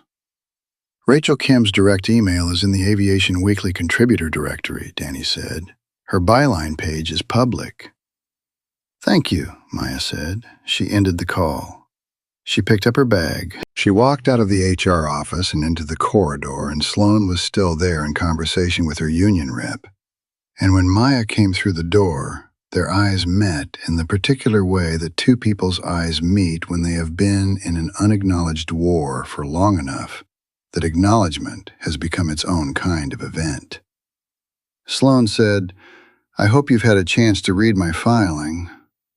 "I have," Maya said. "I want you to understand that this isn't personal." Sloan's voice was the voice she used in the cabin for passengers she had decided were a problem. Professionally warm, engineered to carry the voice that made it difficult to object without seeming unreasonable. "I think you're a good flight attendant. I think you made a serious error in judgment when you filed a complaint based on a mischaracterization of my conduct, and I think the appropriate response is a proper process review." Maya looked at her for a moment. She thought about Priya. She thought about the Ramirez family on VS 089, and the slow, loud voice Sloan had used for 3 consecutive questions in accented English. She thought about the gear of the cartwheel and the 2 steps into the aisle and the hand with the towel materializing from nowhere with precisely the right timing. "The Ramirez family," Maya said. Sloan blinked. It was the smallest blink, barely perceptible, but Maya had spent 11 years reading people in close quarters under pressure. "Pardon?" Sloan said. "The family you spoke to on VS-089. October 2nd, seats 22, B through E. Jorge and Camila Ramirez and their 2 children. You answered 3 questions in what the handbook calls modified communication style." Maya kept her voice level, not loud, not aggressive, level. "I wrote down what you said. I wrote down the way you said it, word for word, right after the flight, before I filed anything." The union rep was watching. The litigator was watching. Sloan's composure was intact, but it was doing work now, visible work, the effort of maintenance. "Any complaint about that interaction?" Sloan said carefully. "Would be one employee's interpretation. I also wrote down the names of the 2 other passengers in row 23 who watched it happen," Maya said. "Their names are on the manifest. They can be contacted." She paused. "You filed a complaint calling my ethics filing malicious. The ethics filing described a specific interaction with specific passengers who I named by name. If that interaction happened the way I described it, the filing was accurate, which makes your complaint about my filing an attempt to suppress an accurate report." Sloan's expression did not change, but something behind it did. "You can't prove your characterization of my conduct," Sloan said. "I don't have to prove it in this hallway," Maya said. "I have to prove it in front of Sandra Cho." She picked up her bag. "Or in front of a journalist. Whichever happens first." She walked away. Behind her, she heard the litigator say something to Sloan in a low, urgent voice. Not the words, just the urgency, and she heard Sloan's response, which was quieter than anything she'd said before, the voice stripped of its professional warmth. She did not slow down. The board's emergency session was held Monday afternoon, which was fast by board standards, and which told Maya that Reynolds and the other members had done enough math over the weekend to understand that a slow process was going to cost them more than a fast one. She was not invited to the session. Nathan called her at 4:17 while she was sitting in her car in the parking structure outside the administrative building, where she had been since 2 o'clock. Working through her notes for the Rachel Kim conversation she had scheduled for 6 p.m. "They voted," he said, "and they want to appoint an independent compliance officer to review the full audit before any disciplinary actions are finalized." A pause. Sandra Cho is not independent under their definition because she was part of the Friday hearing. Maya was quiet for a moment. How long does that take? 30 to 60 days. My probationary review is in 11 days. I know. An independent compliance review doesn't pause my probationary review. No, he said, it doesn't. She looked at the concrete pillar in front of her car. The parking structure was dim and smelled of oil and exhaust and the particular institutional flatness of places built for utility rather than arrival.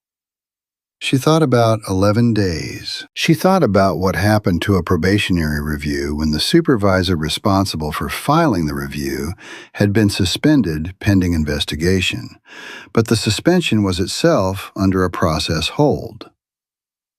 Nathan, she said. It was the first time she had used his first name.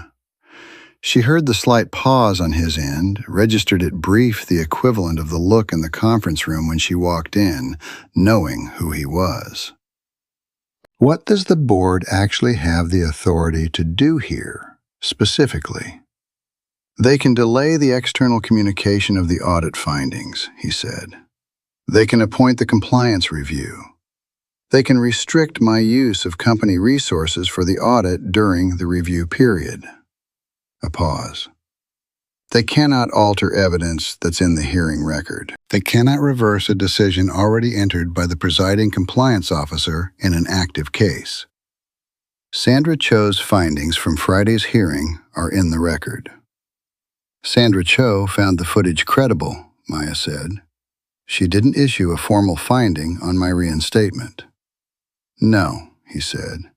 The hearing was adjourned before the formal finding stage, so the finding is still pending, yes.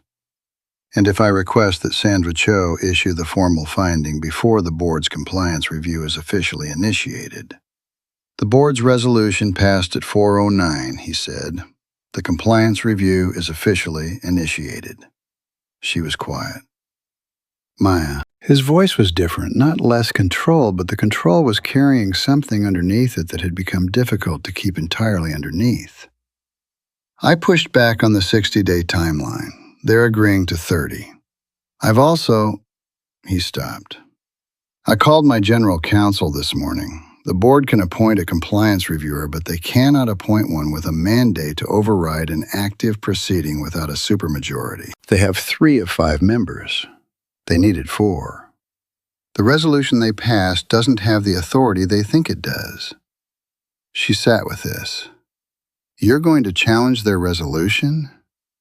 I'm going to challenge their resolution, he said. It will take a week, maybe 10 days, and in 10 days I go in front of the probationary review committee without a formal reinstatement on file. Yes, he said. Unless... He stopped again. Unless what? Unless I appear at the probationary review as the owner of the company and state on record that the review should be paused pending resolution of the board dispute, he said. Which I am legally entitled to do, which would be visible. Visible how? Visible as the owner of the airline appearing personally in a junior employee's probationary review to intervene on her behalf. A pause. It would raise questions. Maya thought about this. She thought about what the questions would be and what the answers to those questions were at this precise moment, and what she was willing to say in front of a probationary review committee under those circumstances. She thought about Rachel Kim. I have a call at 6 with a journalist, she said. I was planning to tell her my story. My story, what happened to me, not the audit findings. I'm allowed to talk about my own experience. A beat of silence. Yes, he said. You are.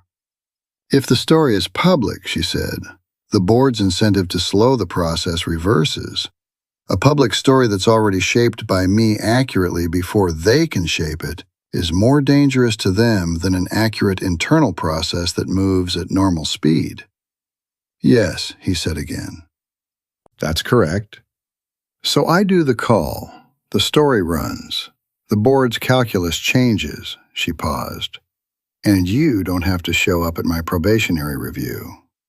I don't mind showing up at your probationary review, he said, and his voice was entirely level, and she felt the levelness of it differently than she had at 30,000 feet over the Midwest, because she understood now what it cost him to say things simply rather than the efficient way. She closed her eyes briefly. "Let me do the call first," she said. "Let's see where things are on Wednesday." "All right," he said. She was about to end the call when he said, "Maya, before the call I want to explain something, not as justification, just as fact." A pause. "When I decided not to tell you what I knew in the corridor, I was calculating cases. I was calculating 11 documented incidents and the families in them, and the cases that would close properly if I didn't move too fast." Another pause. "I wasn't calculating you. I was treating you as a case outcome rather than a person who was currently experiencing something. That was wrong." She held the phone and said nothing for a moment. "How's Lily?" she said. A pause that she could only describe as startled, and then something that was not quite a sound, a breath, released differently. "She's good," he said. "She asked about you again, actually." "What did you tell her?" "I told her you were dealing with something difficult and doing it very well." Maya looked at the concrete pillar and the dim structure lighting and the rectangle of afternoon sky visible at the end of the parking level. "Nathan," she said, "I'll call you Wednesday." "I'll be available," he said. She ended the call and sat for a moment in the quiet of the parking structure, and then she opened her notes for Rachel Kim. The Aviation Weekly story ran the following Thursday morning. Maya had told it simply. She was a flight attendant who had filed an anonymous ethics complaint about her supervisor's treatment of passengers she had been set up in an incident that security footage later confirmed was deliberate. She had been suspended and faced a formal disciplinary process, and the internal system she had trusted to protect whistleblowers had gaps that she had identified in the original complaint, and that had not been addressed in the 3 weeks since filing. She named herself. She did not name Sloan. She did not reference the audit or Nathan or anything not part of her own direct experience. She told Rachel Kim what happened to her, and she told it precisely. And Rachel Kim had the video link that Sandra Cho had entered into the public hearing record on Friday, which was accessible through the HR department's public-facing case documentation portal because Sandra Cho was meticulous about what she entered into public records. Rachel Kim knew what to do with a video link. The story had 47,000 views by noon Thursday. By 3 p.m., it had been picked up by 2 national aviation news aggregators and the social media account of a passenger rights nonprofit that had 70,000 followers. By 5 p.m., the Verizon Sky Communications Department had issued a prepared statement acknowledging that a review was underway and that the airline took its responsibilities to both crew and passengers seriously. By 5:30, Reynolds had called Nathan. Maya was not on that call. She heard about it from Nathan at 6, standing in the corridor outside the HR office where she had come to drop off the paperwork that HR had been sitting on since Monday. Nathan was not there in person, he was on the phone, but she could hear in his voice the particular flatness of someone who has won an argument they were fully prepared to have. "The board is withdrawing the compliance review mandate," he said. "They're letting Sandra Cho's findings stand. Formal reinstatement will be processed today." A pause. "And they've agreed to a public commitment to the ethics line reform." Maya leaned against the corridor wall. "All of it? The reform recommendations from the complaint?" "All of it. They want to announce it proactively before the weekend." Another pause. "You wrote a good complaint, Maya." "I wrote a complete one," she said. "Yes," he said, "that too." She could hear very faintly in the background of his call a small voice asking something in the focused, serious tones of a 4-year-old conducting important business. "You're home," she said. "I am." A brief pause. Lily wants to know if you like spaghetti. Maya blinked. What?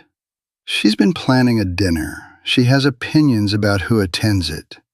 A pause, and she could hear him say something quiet and close, and the small voice respond. She says she's been practicing the sauce. Maya looked at the water cooler at the end of the corridor, which was the most neutral surface available. And she looked at it very carefully because looking at it was easier than looking at what she was actually feeling, which was a set of things that were true and not yet finished and possibly very inadvisable. Tell her I like spaghetti, she said. She'll hold you to it, he said. I know, she said. I'm counting on it. She had a flight the next morning. Her first flight since the suspension, since the reinstatement, had been processed the previous evening with a brief and somewhat stiff email from HR that contained the phrase, "We appreciate your patience," and the tone of people who had hoped not to have to say it. Flight VS221 LAX to Chicago, departing 7:40 a.m. Business class assignment. She was at the gate at 6:15 because old habits were what they were. The gate area was quiet at that hour, the particular hush of an airport before the day fully decided to be itself.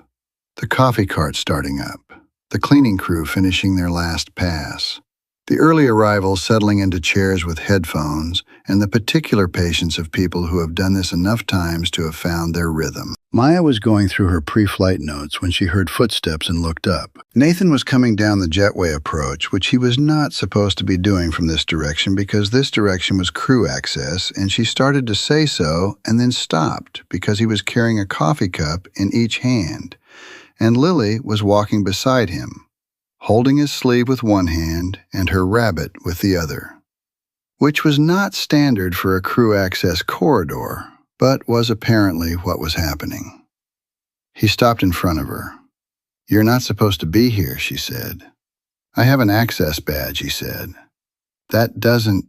She stopped. She looked at him. He looked exactly the way he had looked in seat 1A on the red-eye from LAX, in the gray Henley with the same quality of deliberate presence, except that now there was no investigation and no footage and no board meeting and no hearing room, and he was standing in front of her at 6:15 in the morning, holding 2 coffees, and he was not hiding anything. He held out one of the cups. I made sure it wasn't too hot this time, he said. She looked at the cup.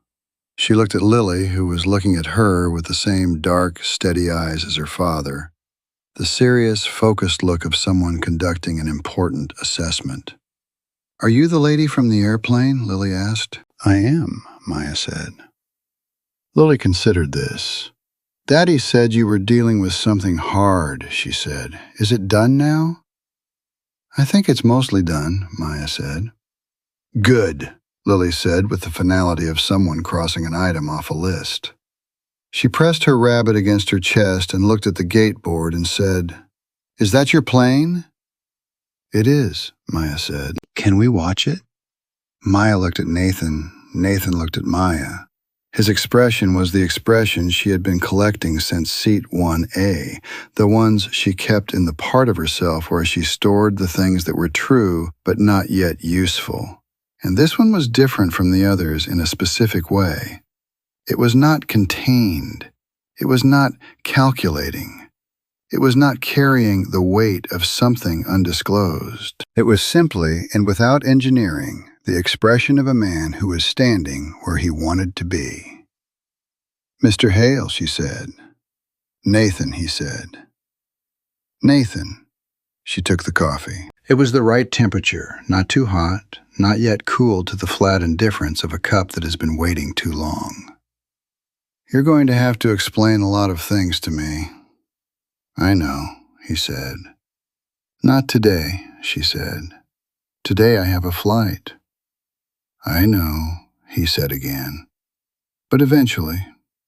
Yes, he said. Eventually. She looked at him for a moment in the quiet of the gate corridor with the morning starting up around them, and she thought about what it meant to trust a process versus what it meant to trust a person. And she thought about the difference between being protected and being believed. And she thought that she was not yet sure which of those things Nathan Hale was capable of consistently, and that she intended to find out, and that the finding out was something she was against considerable better judgment willing to begin. She reached down and offered her free hand to Lily. "Come on," she said, "let's go watch it." Lily took her hand with the complete confidence of a child who has already decided this is a reasonable arrangement, and they walked to the window together, the three of them. And the plane at Gate 18 was being pushed back in the early morning light, its running lights blinking in the blue and gold. And Lily pressed her face against the glass and narrated what she saw to the rabbit, and Nathan stood beside Maya with 2 inches between them that felt like less than 2 inches. And he drank his coffee, and she drank hers, and neither of them said anything because the morning was doing enough talking on its own. When her boarding call came, she gathered her things. He did not ask her to stay. She did not look back in the way of someone who was leaving something behind. She looked back in the way of someone who has identified the coordinates of a place they intend to return to, precisely certain, without drama. He was watching her go with that steady, deliberate quality that she had first seen on the tarmac at LAX and had been learning to read ever since. Lily waved. Maya waved back. Then she walked through the gate and into the jetway, and the plane was waiting, and the sky above the terminal was the color of something just beginning. And below them, the city was waking into ordinary Tuesday light.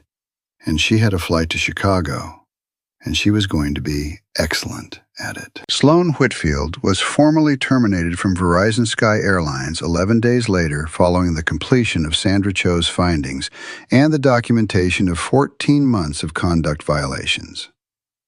The termination was accompanied by a civil complaint filed by the airline on behalf of 8 affected passenger families and a labor practices review initiated by the Aviation Workers Union, which had, upon reviewing the full audit findings, declined to continue representing her. The ethics line reform that Maya had recommended in her original complaint, the one filed anonymously on the night of October 2nd in a crew lounge in LAX on her personal phone at 11:43 p.m., was formally adopted as company policy 6 weeks after the Aviation Weekly story ran.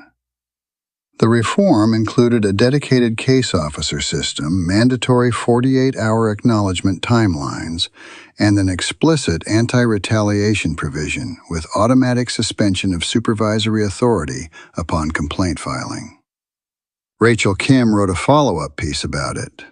She quoted Maya by name. She described the policy as proposed and pursued by a crew member who used a system to report a problem and then used the same system as a template for fixing it. The piece ran on a Tuesday morning, and Danny texted Maya a screenshot of it before 7 a.m., with a row of the kind of emojis that expressed what there was no efficient language for. Nathan's board agreed by 4 votes to 1 to include a formal public apology to affected passengers in the airline's annual report. Reynolds voted against. Nathan did not publicly characterize Reynolds' vote, but he did, in a board meeting recorded in the minutes, recommend that board governance guidelines be updated to require regular review of internal ethics processes. The motion passed. Lily's spaghetti dinner happened on a Saturday in November. The sauce was, as advertised, something she had opinions about. She served it with the focused seriousness of a chef who understood that presentation mattered, and she had opinions about where everyone sat. And she had opinions about the order in which the garlic bread was distributed. And she sat across from Maya at the kitchen table of Nathan's apartment, with the park visible in the late afternoon light through the window. And she told Maya about her rabbit's recent biography at considerable length.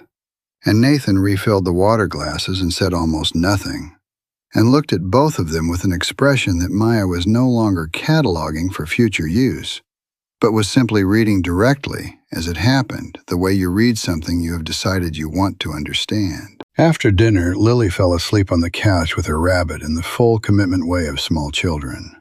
And Maya was at the kitchen table with a cup of tea, and Nathan was across from her, and the apartment was quiet.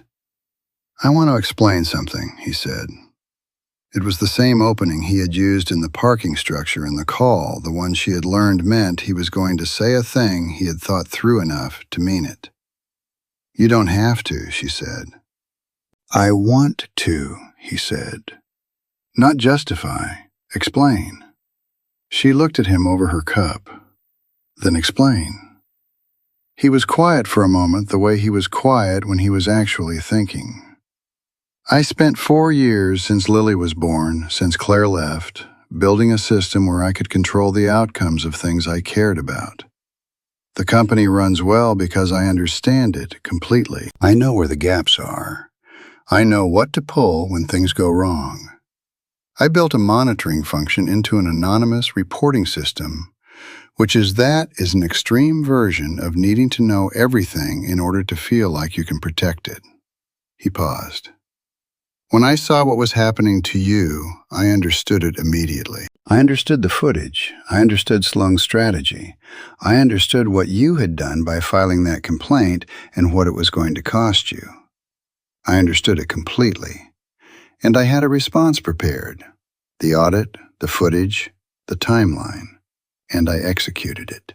He looked at her steadily. "And then I watched you stand in that corridor and tell me that trust the process is what people say to those the process is about to fail.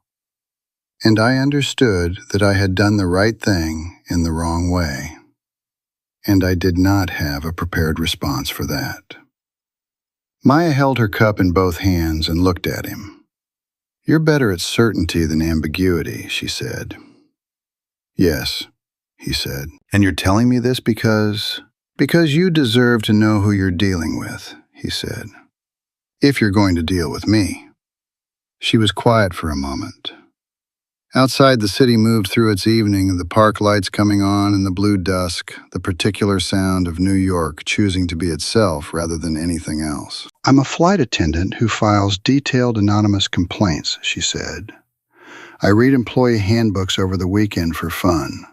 I took notes on your incident report in real time and then argued with you about the difference between can't and won't." She paused. "I'm not ambiguous. I'm also not easy." "I know," he said. And his voice carried something she recognized because she had been learning to recognize the things he did not announce. The thing was that he said, "I know the way you say, 'I know,' when you mean, 'I understand exactly what you are, and I am not asking you to be anything else.'" She set down her cup. "The coffee?" she said. "At the gate this morning. You said you made sure it wasn't too hot." He looked at her. "Yes. How did you know how I take it?" A pause. "I didn't. I brought it at a temperature that doesn't require knowing how someone takes it." She looked at him for a moment. Then she said, "That's very you." "Yes," he said, "it is."